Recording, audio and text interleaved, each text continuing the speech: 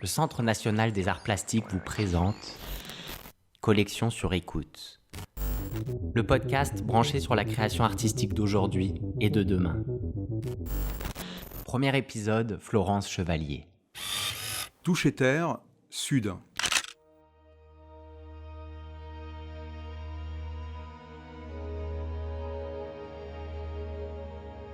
Quatre formes de vie sont assemblées dans cette image, dans ce format carré de la photographie argentique qui donne à l'œuvre ses dimensions 80 par 80, un format moyen auquel on peut faire face, et qui représente une situation difficile à décrire. Une intensité, une tension absolue. On reconnaît aisément trois formes de vie humaines et une forme de vie animale, un chien, qui est au cœur de l'image et au cœur des attentions.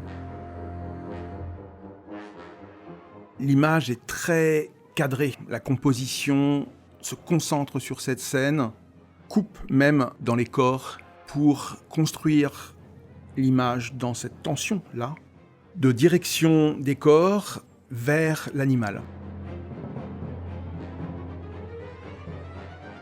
Ce qui se passe est ambigu. Évidemment, nous ne saurons pas l'issue de cette scène. On pourrait même y voir dans un premier temps peut-être un acte violent. En tout cas, il y a une tension énorme et certainement pas une agression. Ces trois personnes assemblées, qui ne font plus qu'un grand corps autour de ce chien, sont en train d'essayer de le sauver. Ce chien vient d'avaler quelque chose, un objet trop important, qui n'est pas comestible et qui est en train absolument de l'étouffer. Et il y a un danger de mort absolu, imminent.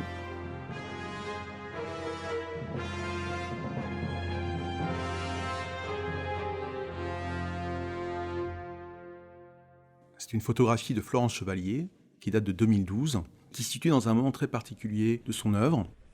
Après être retournée sur les terres de son enfance, pour les redécouvrir à un âge de maturité, après une succession de travaux qui ne parlaient pas de cette dimension biographique-là, Florence Chevalier est allée à Casablanca et a produit un ensemble d'images qui s'intitule 1955 Casablanca. C'est sa date de naissance et son lieu de naissance. Par la suite, elle réalise Toucher terre, puis Toucher terre Sud.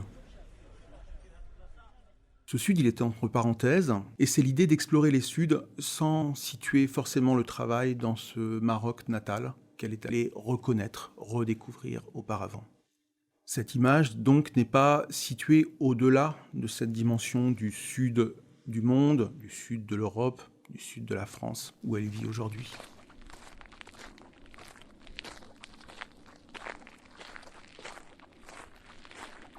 C'est un ensemble d'images qui rassemble des situations très différentes, qui composent un paysage mental autant que réel, où elle observe le monde, elle ne le manipule pas, elle ne le met pas en scène, et tout d'abord elle regarde, elle ne photographie pas, et se présente à elle des situations architecturales, urbanistiques, paysagères, et puis avec cette image, un événement accidentel, comme on peut le voir dans la composition de l'image, impossible à préméditer et qui, mis en scène, serait bien moins intense. Cette image est intrinsèquement photographique, bien sûr. Elle arrête un instant, mais elle fait tableau, véritablement, dans les choix de composition opérés par la photographe. On peut imaginer d'ailleurs que, face à une telle scène, elle puisse tourner autour, chercher le bon point de vue, y participer à sa manière dans l'acte de représentation, mais ne conservant ensuite que celle-ci qui nous est donnée à voir.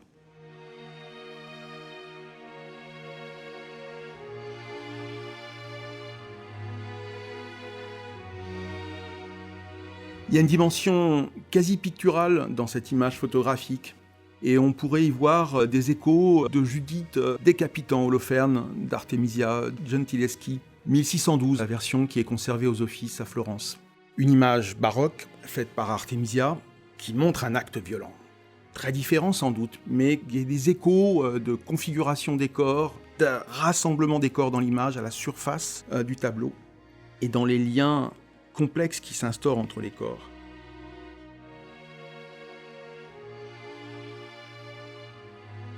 Il y a un pacte qui est constitué par la photographe avec la lumière. C'est ce qui la distingue parmi bien d'autres aspects de leurs activités respectives d'Artemisia qui composent ces figures en les peignant à la surface de la toile.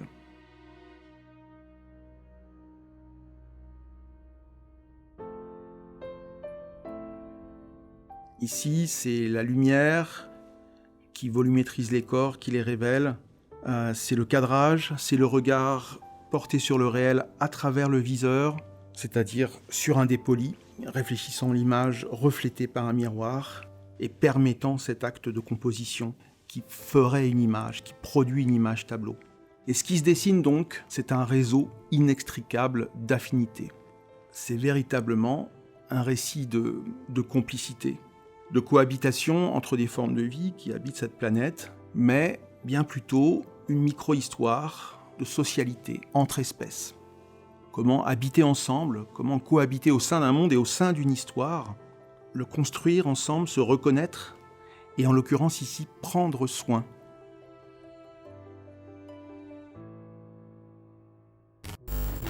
Fondamentalement, cette image représente 3 personnes en train de prendre soin d'une personne non humaine, au bord de la vie et de la mort.